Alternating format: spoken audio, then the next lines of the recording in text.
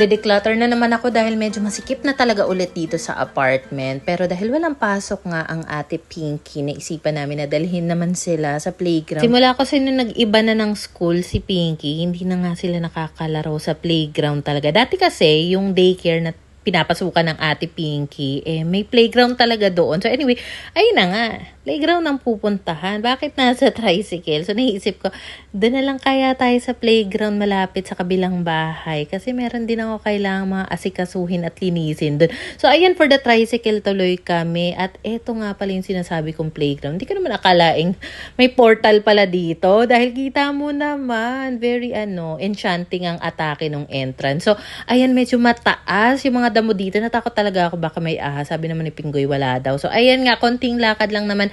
At eto na nga yung playground na sinasabi namin na malapit sa kabila. Sino magsuswing? Sino magsuswing? May tae dyan. May tae? Ay, hindi naman pala tae. Sige na, dito ka na, sis. Sorry.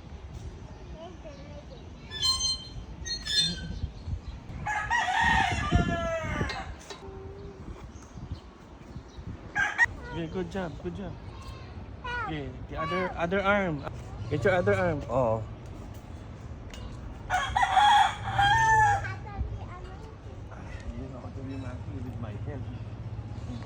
Yay! Baka madali naman.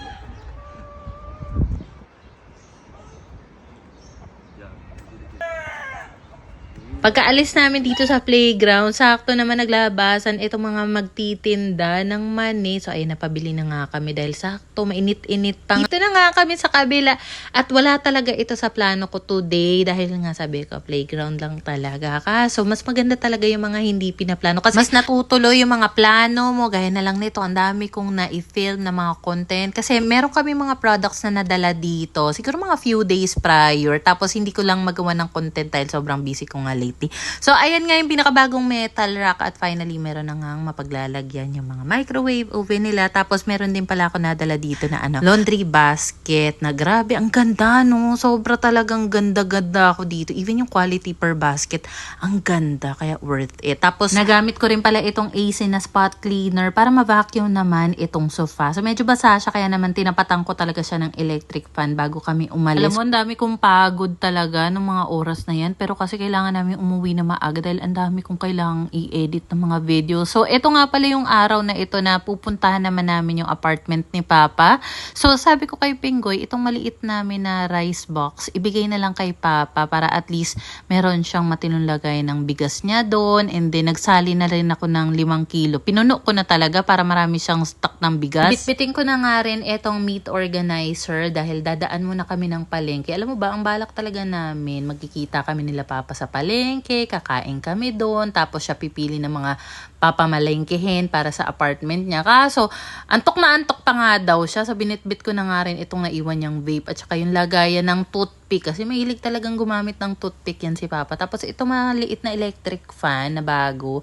Dadaling ko na lang yan kay Papa kasi kulang pa siya ng electric fan doon. Para at least kapag nagstay kami doon, medyo mahangin naman. Pagpasensya nyo na rin pala na medyo makalat nga talaga yung apartment namin ngayon. Alam mo, dumadayo ako sa mga ibang bahay para maglinis. Pero yung sariling apartment ko, hindi ko talaga mapagtuunan ng pansin. Pero babawi talaga ako sa mga susunod na araw. So, eto nga pala yung mga pagbibit-bitin namin kay Papa. Sa Pasita Palengke, ang unang stop namin. Kaya naman for the tricycle kami. Alam mo, niisip ko talaga, siguro kung meron kami kahit e-bike, mas makakatipid kaya kami. Kasi meron pa akong ibang mga bayarin na natatakot ako mag-commit na kumuha ng e-bike na installment tapos dagdag bayarin. So iniisip ko na lang next time na lang kapag debt-free na talaga ako, yung tipong natapos ko na lahat ng mga bayarin, ganyan. Tsaka na lang siguro namin i-consider kumuha ng e-bike kasi hindi pa namin talaga afford na bumili ng cash ng e-bike. Kasi minsan hindi ko rin maiwasang maisip na magkano rin yung ginagastos namin pamasahe sa mga Grab, tricycle, kapag aalis-alis kami ng bahay. Pag napag-uusapan naman namin ni Pinggoy ang ng e-bike. Dapat daw talaga kung kukuha kami yung 4 wheels na para mas safe daw kaysa sa 3 wheels na e-bike. Ewan ko. Anyway, nandito na nga kami sa apartment ni Papa. At syempre, ang lutuan na iba na naman ang pwesto. So may carpet nga pala siyang nilagay dito dahil ang sabi ni Papa, bigay daw yan ng kaibigan niya. At saka natatakot siya na mabutas agad yung linoleum. So as much as possible, tinatakpan niya nga ng mga carpet. Para nga naman mas maprotektahan, maingatan yung linoleum. So finlex ko na nga sa kanya yung mga bit-bit ko ditong electric fan. Nagbit-bit na rin ako ng bagong vacuum. Alam mo kung bakit? Nung naglinis kami ni Papa, meron naman akong dating naibigay na vacuum sa kanya. Kaso ang hina na. So sabi ko, sige magbibit-bit ako. Total may extra pa naman akong vacuum doon, bagong-bago. Alam mo, para sa tulad namin na may maliit na apartment, maliit na space, yung ganito kaliit na electric fan ang perfect. Kasi kahit 10 inches lang yung blade niya. Metal yung blade niya. Napakalakas talaga ng buga niya. Kahit saan ko dalhin to, even sa kabila, pag nakikita yan ng mga tao doon, nagugulat sila na bakit ang lakas ng buga? Ang liit-liit nga niya. Link nga pala ng Astron electric fan. Nasa comment section pero nasa showcase ko rin yan. Inasikaso ko na nga dito yung mga pinamili ni Pinggoy. Kasi anong nangyari kanina habang nasa Pasita Palengke nga kami? Si Ping talaga yung namili. Tapos ako lang yung may hawak sa mga bata sa gilid. Nung tinawagan ko kanina si Papa, tinanong ko siya, ano bang gusto mo sa palengke? Prutas daw at saka 2 isda na dalagang bukid. Kung wala naman, 2 hiwa lang ng tanigi. So, ang naisip na lang ni Pinggoy, bili siya ng ganitong isda, pang stock ni Papa. Bumili rin siya ng, I think, 1 buong manok na pinahiwa-hiwa niya na. At saka dila, yung dila-dila na longganisa para meron siyang maulam anytime na gusto niya.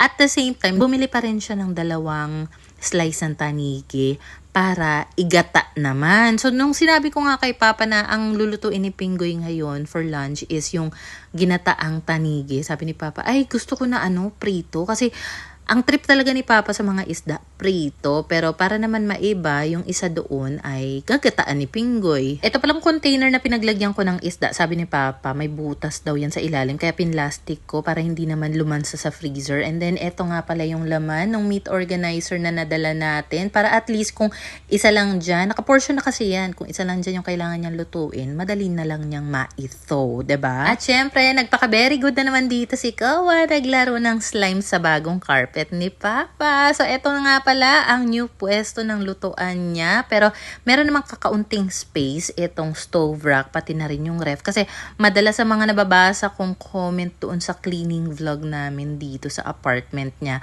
huwag daw pagtabihin itong lutuan, pati na rin yung ref. So, ang sabi naman ni Papa, lalagyan niya pa daw ng harang yan. Tinanong ko nga, anong klaseng harang? Kahoy ba? Plywood? Siya na daw bahala. So, ganyan lang currently yung itsura niya. And hindi pa talaga siya tapos maglinis. Kaya naman maayos dito sa side na to. Pero kapag tinignan mo nga yung may likod ng pintuan, medyo makalat siya. Hindi pa daw kasi siya matapos-tapos dahil medyo madami siyang gamit. Kaya hindi talaga uubra na room for rent lang ang kukunin para sa Papa. Nalobat naman yung phone ko habang nagluluto si Pinggoy. Pero eto na nga, ready na ang lunch. May kanin ginataang tangigi at saka pritong tangigi. Tanigi na request ni Papa. So, ayan, kain na muna tayo. Alam mo ba yung mga anak ko, tuwang-tuwa sila dito. Kasi yung kapitbahay na unit ni Papa, may bata na babae, kaedara ni Pinky. Tapos, nung nakita nga ni Pinky at nagamit niya nga yung bathroom, nagtataka siya, bakit daw iba yung toilet ni Papa? Bakit daw walang flush? Sabi niya, we need to change Papa Arnel's toilet daw. Nakakaloka. Siguro dahil hindi siya aware na may iba't ibang klase ng mga toilet. So, at least, ayun, na-try niya nga. At saka si Kowa, nainggit naman. Akala niya siguro pati trainer lang yung maliit na inidoro doon sa banyo ni Papa. Nakakaloka. And in fairness kahit maliit nga itong apartment, meron siyang maayos na dining table na may upuan. Ang sarap pala kumain talaga sa maayos na dining area. Alam mo yon. So, hindi pa ito yung final arrangement dahil alam ko next na balik ko dito, iba na naman po ang ayos ng mga gamit-gamit ni Papa. And may nakapansin pala dito sa maliit na washing machine na nasa ilalim ng lababo. Yan pa yung dati naming washing machine and gumagana pa siya up to now. While busy nga ako sa lababo, ito namang si Papa nagpapaturo kay Pinggoy kung paano i-connect yung CCTV niya sa Wi-Fi. So, ayan, syempre, present pa rin ang picture frame ni Tita Rose. So, nagbitbit din pala ako dito ng, lababo curtain. Kasi supposedly, para sa kabila ito. Kaso, kulang nga ng isang panel. Tapos, parang face out na siya. So, pangit naman kung bitin, diba? So, sabi ko dito na nga lang kay Papa, hindi niya nga maikabit dahil walang butas, walang curtain rod. So, next, balik ko na lang yan. Tapos, ang feedback ni Papa, Neng, bakit parang hindi tumatagal yung ilaw ng solar light sa gabi daw? Paano ba naman yung pwesto ng solar panel? Medyo tago, nasa ilalim ng bubong. So, ayan, nilipat niya nga ng pwesto.